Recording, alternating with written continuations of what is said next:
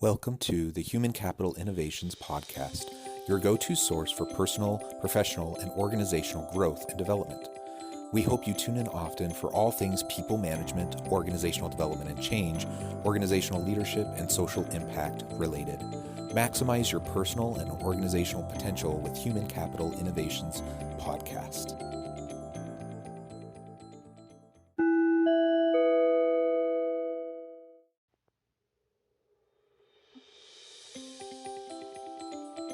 Welcome to the Human Capital Innovations Podcast. In this inspiring TED Talks HCI podcast episode, I explore Mary Shingan's recent TED Talk, How to Be Happier at the Workplace. Connect with your colleagues.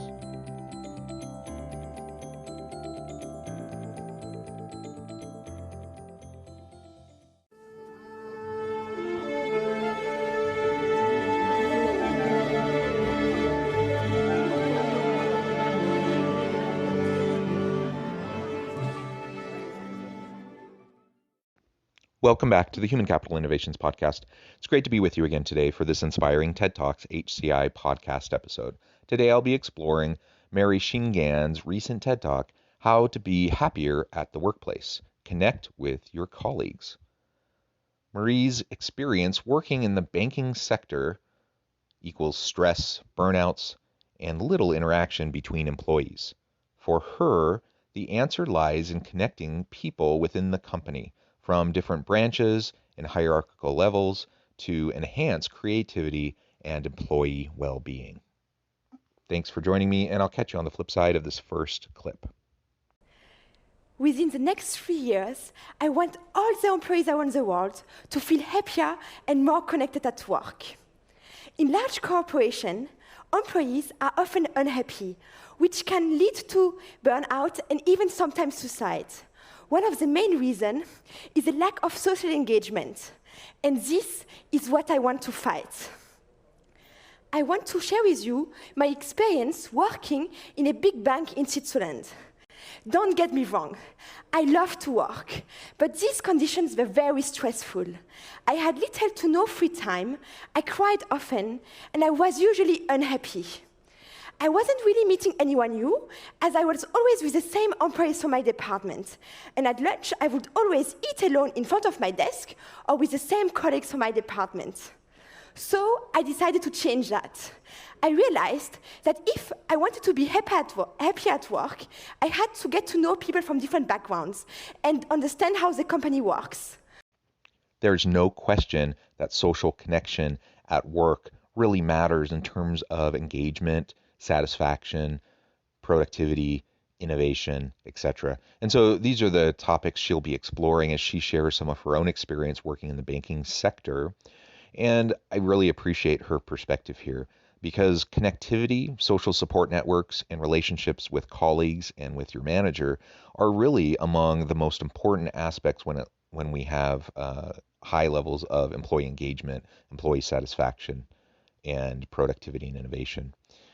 It's a challenging thing, and some companies do it very well, other companies not so much. And her experience was that she felt incredibly isolated. Even though she was happy to be working at that bank, she was happy to have the job, she was happy to work hard, she found herself daily feeling overwhelmed, feeling disconnected, and just extremely unhappy. Of course, that leads to burnout, that leads to high levels of turnover, and certainly people aren't going to be innovative when they're feeling that kind of stress, distress, and anxiety at work. So she was proactive about it, and she took it upon herself to try to fix the situation. I love how she explains this, which you'll hear in the upcoming clip. So I went to different floors and asked people randomly to have lunch with me. They were very surprised, but most of the time they said yes.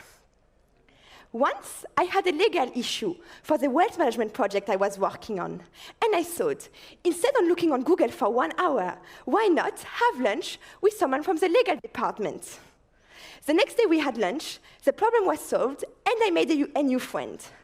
Colleagues from my department started to tell me, Marie, you just joined as an intern and you already know everyone. Can I come with you so that I can also meet new people during lunch? Of course, I told them to join. And at some point, I even had lunch with the president of the bank.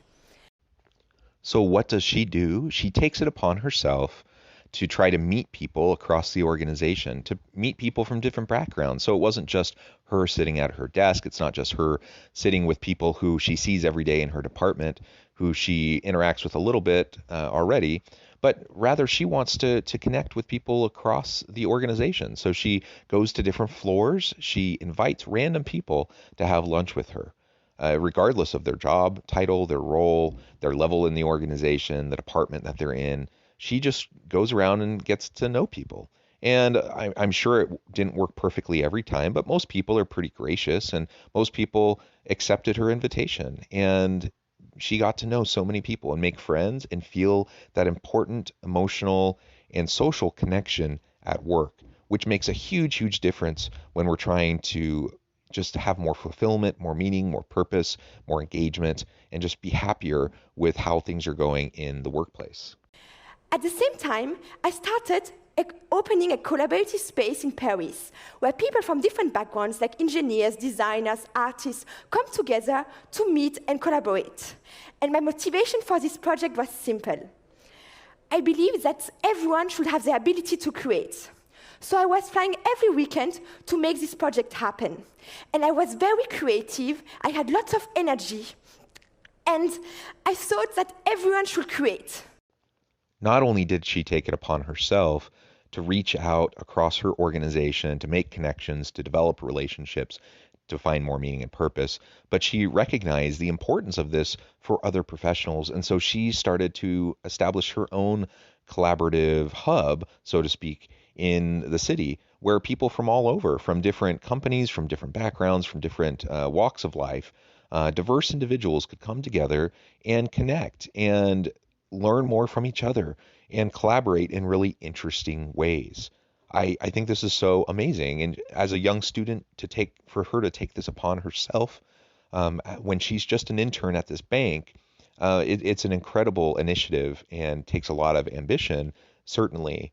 And it's not easy. So kudos to her for the effort, but also she just recognized an innate human need for social and emotional connection with those around us. We certainly need that in the workplace, and we don't always get it.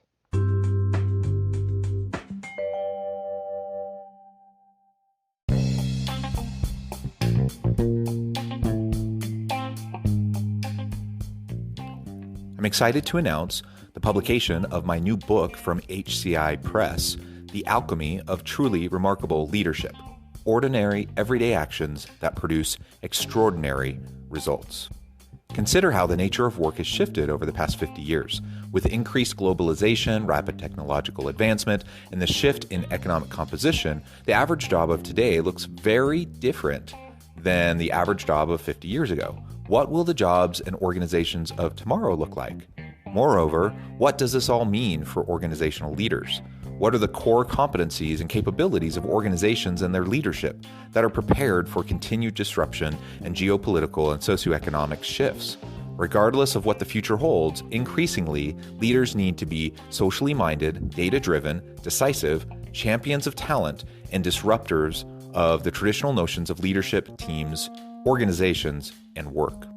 The Alchemy of Truly Remarkable Leadership will help you to explore your own leadership competencies and capabilities and consider ways to apply and implement them into your workplace and personal life.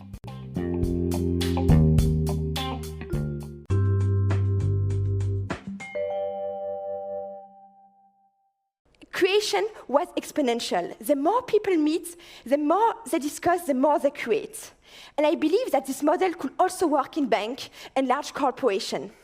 So I decided to leave the banking world and university in order to create an app where employees can meet and have the option to never eat alone.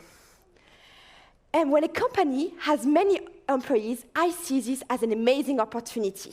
It improves knowledge exchange and collective intelligence to spark innovation. It improves talent retention. It improves employees' happiness and engagement. And it improves the internal professional network.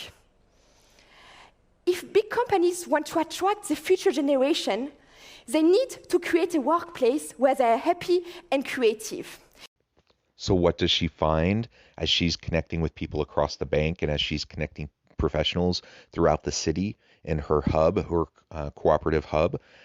creativity and innovation increases exponentially because you now have people outside of their silos, outside of their own little bubble, where they're just kind of doing the same thing day in and day out. And now they're talking to people from different backgrounds. They get different perspectives, different worldviews, people who have different functions, who just completely see things in a different way, have a different perspective.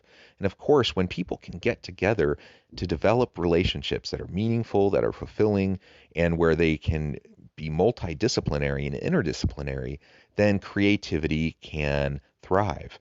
And ultimately, that's what she found. She was so successful with this that she decided to leave the banking industry. She decided to start an app that would connect people so that people will always have that kind of social connection at work. It allows organizations to support their people in developing meaningful social connections. Now, of course, there's value in that, just innate value in and of itself for the human argument of just making sure people feel more valued at work and feel more connected. But on the bottom line side for the company, when we talk about the business case, greater innovation, reduced turnover, reduced burnout, reduced stress and anxiety, which has other negative health outcomes, which drives up medical costs for companies, increased innovation, all of the positive things go up, all of the negative things go down. It's a no-brainer for organizations to try to support this kind of initiative, whether you use her app or whether you do something else. Getting people to connect and to connect with people from different areas of the organization across hierarchies is really, really valuable. Let's pause for a minute and think that the true size of a company is not the number of employees it has, but the connection between them. Because this is where the true strength resides. When people connect to each other, they do things, they create things, and potentially amazing things. Big companies are starting to take care about this, because when people connect, they are more productive and are happier at work. The benefits for employees and companies are simple. When speaking to someone from another department or to your boss is the norm rather than the exception. And for all of you who will soon graduate, think about this. What is your future employee doing so that you will be happy working with them? Thank you. I love how she phrases this. It's not the size of the company in terms of the number of employees that matters. It's the connections that count. It's the relationships. It's the collaborative partnerships. It's the interconnectivity across the organizational levels, the hierarchy, the divisions, the various areas of the organization. Now, if we're siloed, if we're just in our own separate little spheres, are we really one big organization, or are we just a whole bunch of little areas all connected collectively under some sort of an organizational structure? The power is in when we can really truly connect everyone across the organization. Now, that's easier said than done, and obviously we can't, expect for everyone to be connected with everyone else, but we can create environments where we can have cross-functional teams, where we can have job shadowing, where we can have mentoring and coaching across areas, where we can make sure that we have groups that are interdisciplinary, multidisciplinary, to break down those silos. When we do that at work, it unlocks the potential of our people, the creative and innovative potential. And not only that, but they will just be happier at work. I'm so grateful for her perspective in this video that she presents. I'm grateful for the insight that she brings and how she shines a light on the importance of human connection at work, social connection, emotional connection, and collaboration, and how that will drive so many positive outcomes for organizations. Thanks for joining me for this episode of the Human Capital Innovations Podcast. As always, I hope you stay healthy and safe, that you can find meaning and purpose at work each and every day, and I hope you have a great week.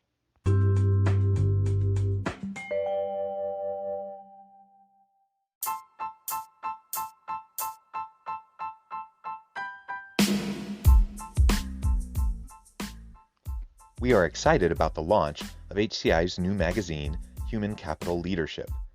Human Capital Leadership is a free, interactive e-magazine designed to help individuals, leaders, and organizations find innovative approaches to maximize their human capital potential. We will be publishing issues quarterly in August, November, February, and May. check out the first issue and let us know what you think.